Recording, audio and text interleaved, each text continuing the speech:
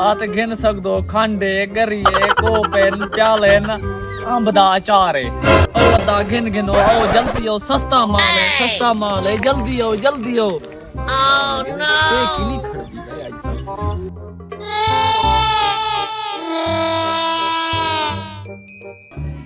आवे किनी प्याले ते घिन आए होते तो आ फाजा मले काया होते प्याले घिन दोई घिन फजा मामला तो सलाम दी खुदा खांडे गरिए प्यालेन सारा कुछ है प्याज सिस्टम यका चल सस्ते लई दी भाई सही दिखे वे ना तुम्हारे नाल सारा कुछ फर्क है 100 रुपए ना देना पिया 5 रुपए दे प्याले तुस अच्छा सस्ता माल सिर्फ तुम्हारी खातर तुम्हारी जात दी खातर क्या गिनो तुसा मैं प्याले घिन कोप ओह नो 5 रुपए दा है की अच्छा पक्की गल नहीं रहत क्या नहीं हुन रहत वाली गल तुम्हारे नाल साडी कोई नहीं हो जा गल कहीं मतलब है कि तो को 100 रुपए दी शायद 5 च दे सकदो क्योंकि रोज आवन वणन वाले हूं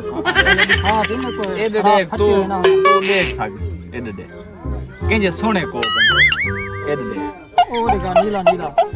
खुदा ये सस्ते में तो असा कोई ना ओह नो ए नीला है ओह नो ते को हम नीला है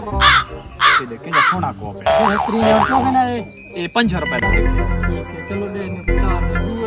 रुपए दे